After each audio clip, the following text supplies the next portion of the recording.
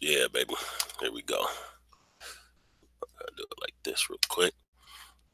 All right, you already know it's J Dizzle, the J Dizzle channel. This is the first broadcast from the J Dizzle channel. And what I'm gonna do on this one, I want to.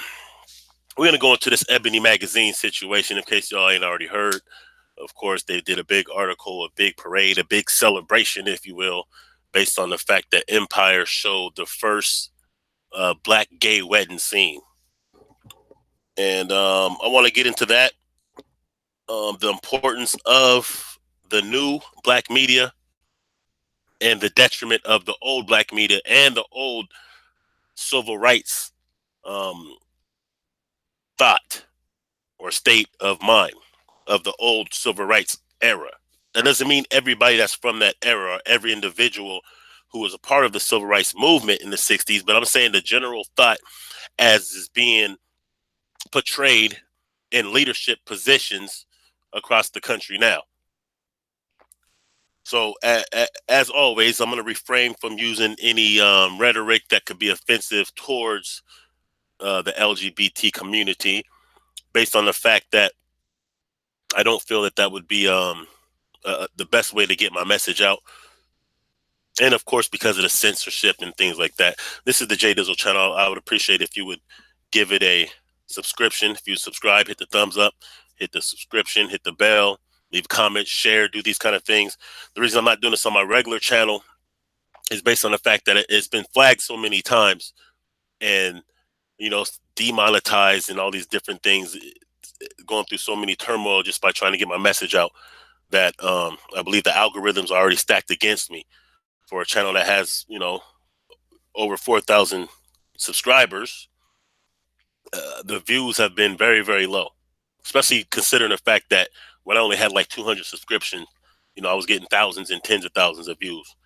And all of a sudden I'm demonetized and things like that. And I'll show you a couple of things that happened to a few of the videos in a minute. So when I speak about the LGBT community, I don't speak out of hate with it. What I speak mostly on is strategic political maneuvering. And it's a detriment strategically. It's a detriment to the people, to our people specifically, because so few of our people condone the lifestyle, and even fewer of them participate in a homosexual lifestyle. So therefore, hold on. So therefore, to have so much of an emphasis and so much of a publicity and so many different people and media sources and figureheads and politicians that keep wanting to push this agenda is very detrimental. It's not even in the best interest or even in the wants. It's not even something that our people want to be pushed on them. And excuse me for the image that you're seeing right now. I know that's probably a repulsive image to some. But let me say this, because I did a video about about the NAACP, who endorsed the LGBT community in a way that allowed them to usurp the civil rights movement. In other words, now the Equality Act of 1964 is now including the LGBT community, not just the black LGBT community, but the LGBT community, which is mostly comprised of middle age, upper income white folks. So that means when things are being discussed that has to do with civil rights, that includes reparations, that includes hate crimes, that includes money allocation for different civil rights programs, that includes the spokespeople for civil rights. Now it is going to be anchored by middle age, upper income, privileged white people. See, and the only reason they were able to do that is because of the participation of black faces in the front of their movement. Because of things like what Ebony is right now promoting, that gives validity to the LGBT as a political and civil rights movement, which it is not. So I'm not implying that because someone is a homosexual that they don't deserve the same protections as anybody else. I'm not implying that at all. What I am saying is, as they continue to push for what they call equality, they've already usurped equality. If they truly wanted to be equal, then they would be able to take jokes and ridicule like the rest of us. However, you cannot joke about them. You cannot ridicule. You can't even say that you don't agree without catching some type of flack for it. So, as a political strategy to have um, black people pushing for LGBT rights over rights for black people, over justice that black people have been due for over 400 years in this country alone. But what they're basically doing is saying, forget the multitudes of black people. We need to focus on who we want to sleep with. When in fact, homosexual population in the black community is probably less than 5% easy. So you'll turn your back on the whole population of black people to focus on a small percentage. And it doesn't matter how many rights that small percentage gets, none of those rights are going to protect you as a black person. And this is what I speak of when I speak about what I call the agenda. Doesn't matter if you can marry the same, you can do all this stuff. You can see it, it's blatantly right on TV.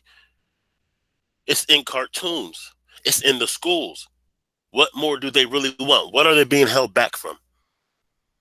How many homosexuals of any color are being murdered in the street because of their sexual preference? How many of them are being discriminated upon while they're trying to seek employment? How many of them are being discriminated upon in the corporate world, in the media world, representation wise, or being followed around stores, or how many of them are being falsely accused of crimes and having the police call them that these things are not happening to them, but they still continue to make the false claim that somehow they're under some type of duress. So let's talk about Ebony Magazine real quick. Right now we're at the Twitter page, as you can see, and make sure that you also follow this Twitter page right here. This is Black Guy Stand Radio. Black Guy Stand RBG is the Twitter handle. But now we're checking out Ebony Magazine. Now, for a magazine that is quick to throw this, let's just see what they tweeted right here. This was yesterday. And they tweeted, history was made. Jussie Smollett's Empire character Jamal was the first gay and black man to get married on a primetime show. Congratulations to the whole cast and crew on #Empire, #Love is Love. Now, I don't understand why this is a cause of celebration. I don't understand why this is so exciting and so groundbreaking. Like, we don't need to be, saying the first black everything. My opinion. But more importantly, when we speak about the old black media does not serve us. These Ebonies, these Jets, these Roland Martins, these old school cats that are compromised, they do not serve our best interest. Has Ebony Magazine ever spoke about reparations? Do they speak about reparations? Have they ever pushed the reparations? Have they ever let us know about NCOBRA, the NAARC, which is a movement for reparations? Do they ever speak on our behalf, and do they use their platform to mobilize and organize our people behind the reparations situation? Have you ever heard them speak of the Republic of New Africa? Have they ever spoke on the new Black Panther Party in good light? Have they ever spoke about any of these grassroots organizations around the nation that are doing positive things for our community? Do they ever steer us in a way towards black nationalism, towards true independence and liberation? But they're quick to throw two kissing men on primetime TV as something that must be celebrated and that everybody should know about it, like it's the best thing ever. We're gonna read the magazine article that they wrote in a minute, but I also want to just scroll up a little bit, because as they're celebrating this, as they're celebrating somebody who's a known crook and a known hoaxer, even though he was found not guilty and all the charges were dropped, we know what it is. But as they celebrate this, they can't stay on code when it comes to, check this out. R. Kelly. See, they'll throw they'll throw heterosexual black men under the bus. I'm not saying what R. Kelly is accused of is okay. I'm not saying some of the things that he's done is okay. What I'm saying is, as a black publication, it is very incorrect. It is very bad strategy as a black publication to throw our stars under the bus or to jump on the bandwagon of downing or dragging our stars. Did they stick up for Michael Jackson despite the fact that the accusers have already not only said that he didn't do anything to him, but later have been proved to be lying? But are they reporting on this?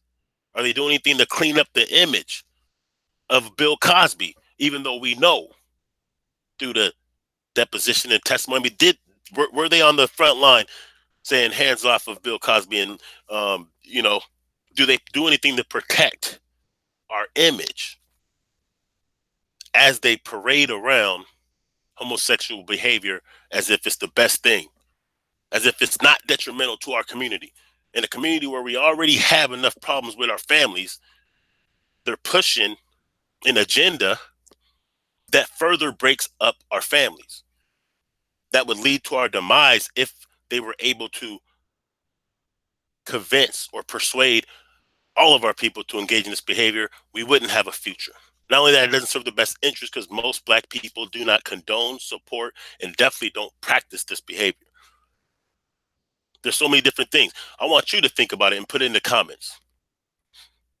I want you to put in the comments of this video different things that Ebony Magazine and other black media doesn't report on that you would think would be important things to report on, more important than Empire showing the first gay black wedding on TV. How many other things can you think of? How many other topics can you think of that you would rather them report on besides that? How many ways can they leverage their influence to inform us about? This is why we have to understand that the old black media is done. This is why we have to support the new incoming independent black media. Because there's so many things when I speak to people that they have no idea about, that you would think that our media platforms would be speaking about, but they're not speaking about it. This is what makes some of these conversations at the cooler, water cooler at work so uncomfortable, or at family reunions, or just on the streets when some of us are trying to engage with our people about certain topics and they have no idea what we're talking about, or they look at us like we're crazy because we're speaking about black people wanting justice and liberation. It's because enough people aren't tapped in to some of these issues and some of these ideologies and idealistic views that are rooted in black nationalism. This is why if you go and ask 10 people on the street, who is Marcus Garvey? Maybe one or two will know. But if you ask them who's Jussie Smollett, they'll all know. If you ask them who Ben Franklin is, they'll all know. If you ask them who Christopher Columbus is, they'll all know. But ask them who Marcus Garvey is. Ask them who Toussaint Louverture is. Ask them who Ida B. Wells is. Ask them who Madam C.J. Walker is. Hell, even Frederick Douglass. Ask them about some of the staple people that have paved the way for our freedom are. Ask them, how were we free from slavery? And see if they don't tell you it was Abraham Lincoln, rather than it was because of the black soldiers who fought for the Union, which is the only thing that changed the tide in the Civil War. How many of our people know that? How many of our people have heard of the Haitian Revolution? How many of our people have heard of the Stone Rebellion? How many of our people know who Denmark Vesey, Marcus Delaney are? How many times have Ebony Magazine or some of these publications ever reported on Elijah Muhammad? I hope you're starting to understand why it is important for us to start supporting independent black media, liberation-minded media. This is why you must support independent black media, Black I Stand Radio, Do the Knowledge Radio, My Skin is My Sin, The Rundown with Renee, Black Power Radio, New Black Knowledge, Unapologetic Facts, Shabaka's Black Experience, and a plethora of others, African History Network, so many others that should be supported, and that should be where our people get our information from.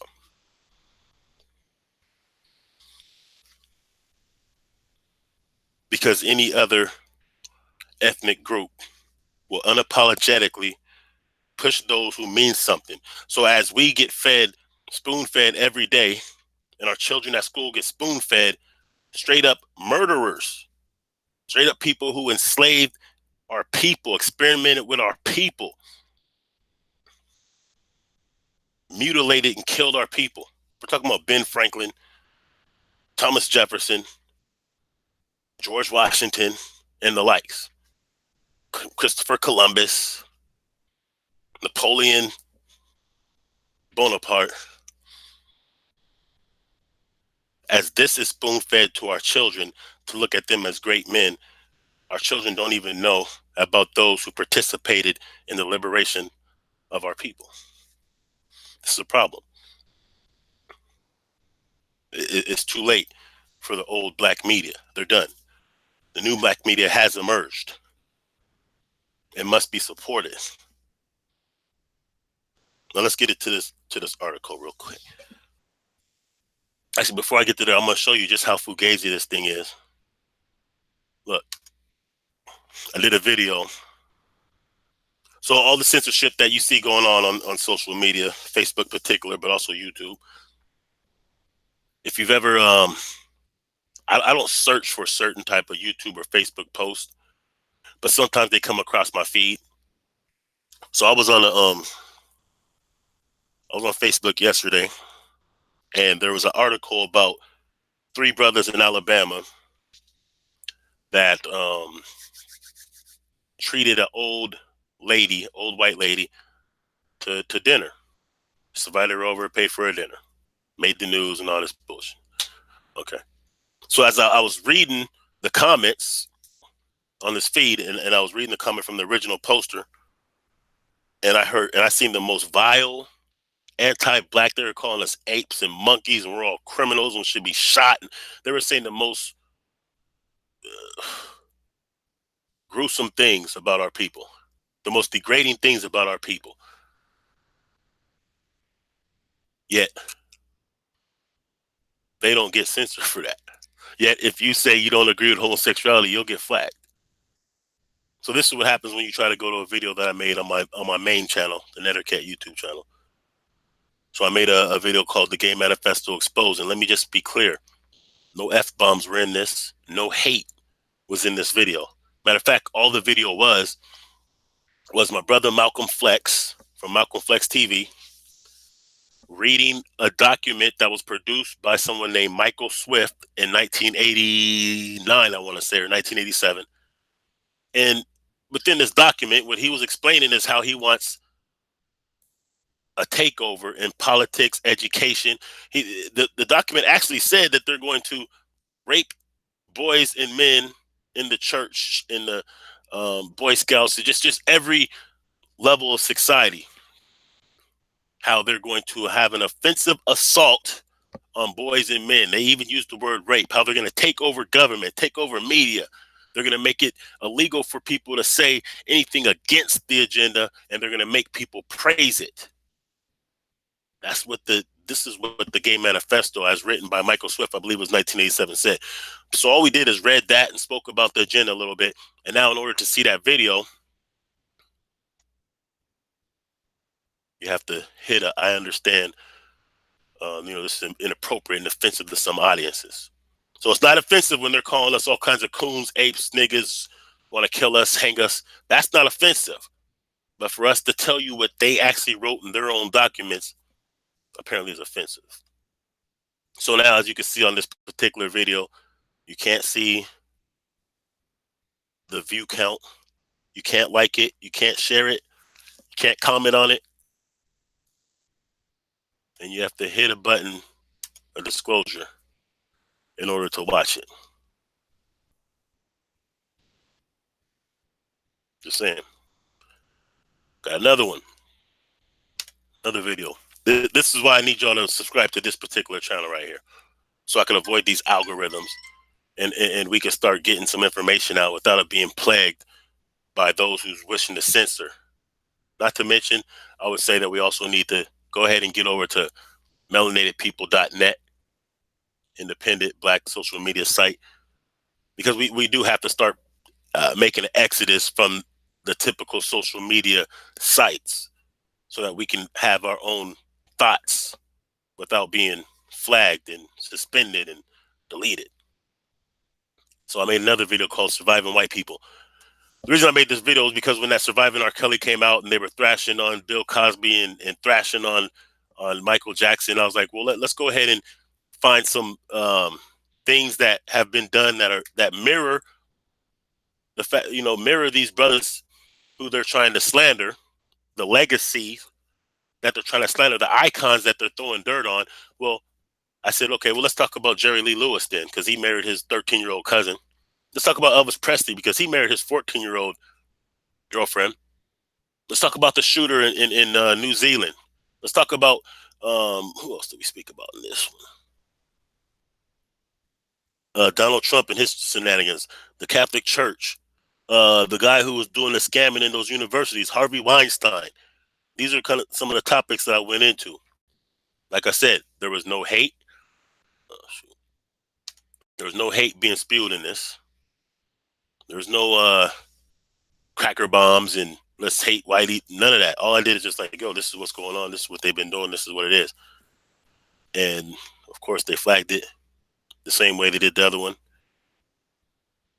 Now, if you look on YouTube right now, you can find all kind of white supremacists saying the worst, terrible things about our people. It's not a problem. Just saying. Now, let's go ahead and read this article in Ebony. Because it's one thing to be upset about or be upset and be angry at, the mainstream media and, and the social media sites. These are their platforms. I'm not upset at them because they're doing their job. That's just what they do, and I expect that. But we should damn well expect more from our own media, because this is the media. These media sites have been going on for decades, molding the minds of generations of our people, but not protecting the integrity and not protecting, the sanctuary, the sanity and the sanctuary of our own people, not educating our people properly. So let's go ahead and read this. Ebony. And shame on Ebony. Hashtag shame on you, Ebony. Start that. So here's what they say. Empire airs the first gay black wedding in TV history. They say this as if they're proud. Like, this is what they're proud of, but they're not going to say anything about Farrakhan, the good things the Nation of Islam's been doing. They're not going to say anything about New Black Panther Party. They're not going to say anything about New Era Detroit, Chicago, Atlanta. They're not going to say anything about any of the grassroots organizations that's been serving our people. But they're going to celebrate toxic sexuality. But for a man to be a man, that's called toxic masculinity these days. They'll celebrate feminism, which is a tool of white supremacy, sisters. Don't get it twisted. Feminist movement does not ever speak to the issues of black women, especially if they're victimized by white men. Did the feminist movement say anything about that sister who was beat up in Dallas? Answer me that. Huh? At the same time, the feminist movement was pushing black women to go against Nate Parker for something that he was accused and acquitted of 20 years ago. Did they say anything about the white police officer that raped 9 black women during that same time? They didn't utter a word about that. So make no mistake, black women, the feminist movement is not your friend. The feminist movement only exists because white women felt some kind of way that they didn't get enough of the exploitation of slave labor and of our people. That's why they exist. That's why they never will push anything out there when it has to do with black women being victimized. All right, let's read this. Jussie Smollett's Empire character Jamal was the first gay and black man to get married on a primetime show Wednesday. This is what they're doing to our manhood, yo. They celebrate emasculated, feminine, homosexual men while shitting on the real kind of man that it's going to take to rebuild the community by ignoring the good works of heterosexual men who stand on their square and are trying to do things for our own community. They shit on that. They call that toxic masculinity, or they underreport on it, but then they throw these images. They were quick to throw that dude at the Oscars in a dress at us. Like I said, this isn't about hate. I'm speaking about strategy, political, social strategy, and what's good for our people. That's all I'm speaking about. Like I said, the fact that the NAACP endorsed the LGBT and allowed them to usurp the Equality Act of 1964, which our people died for. Died for. They usurped that. So now who you think is going to have leverage when it comes to this reparations discussion? Yeah. Well off, middle-aged white men and women. But let's continue with the reading, though. Fellow star on the hit Fox series, Gabriel Sidibe, tweeted about the historic moment. Tonight, Empire will give life to a monumental love story by marrying two black gay men for the first time in television history, the actress wrote. Please join us in celebration until it's no longer a phenomenon to see two people of the same sex and race love each other proudly on primetime TV. So in other words, what they're saying is, hey, we need actually more of this. We need to keep bombarding the airways with this until it's just so normal that people won't even think twice when they look at it. This is coming from a country that it's okay to marry the same sex, but polygamy is illegal. Polygamy is illegal. Same-sex marriage is okay and celebrated. Polygamy, which is a institution of marriage, which is meant to build families and build empires. This is what all the biblical characters, they practice polygamy.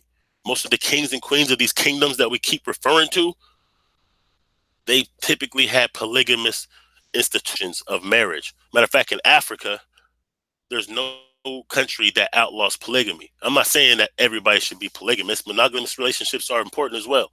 But I'm saying when you're empire building, it is strategic sometimes to have polygamy. And not only that, polygamy was kind of used as a way to repair families when men didn't come home from war.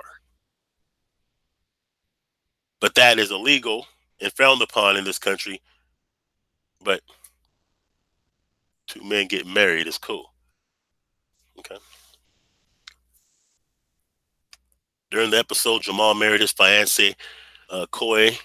The wedding began with a performance by Shaka Khan, who said love is love when talking about the TV moment. Wow. According to E! Online, the nuptial explained why Smollett would not appear in the two final episodes of the season. During filming, the actor was being investigated by the Chicago PD for possibly staging a January attack in which he said two MAGA supporters targeted him for being black and gay. Possibly is the language they're using. Despite the fact that we've seen those two Nigerian dudes buying the materials that were used. Okay. In March, the 16 charges against Smollett was dropped. Before the airing of the wedding episode, the Empire cast shared an open letter asking the actor singer to return to the show if there are future seasons.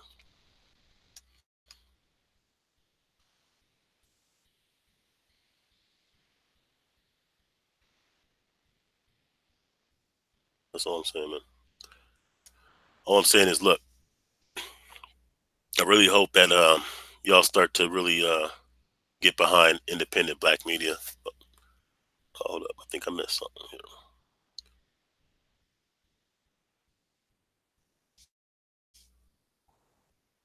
Okay, that's for the R. Kelly follow up.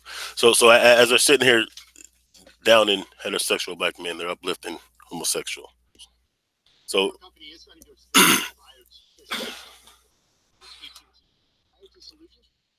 so just understand the importance of supporting independent black media and understand the detriment of the old black media and why we must do away with them and not allow them to represent us why we have to continue to push the line on this reparations and not allow these half-hearted politicians who may look like us to be our voice, not to allow these media puppets to be our voice, not allow a agenda that we know we're not for to be our voice.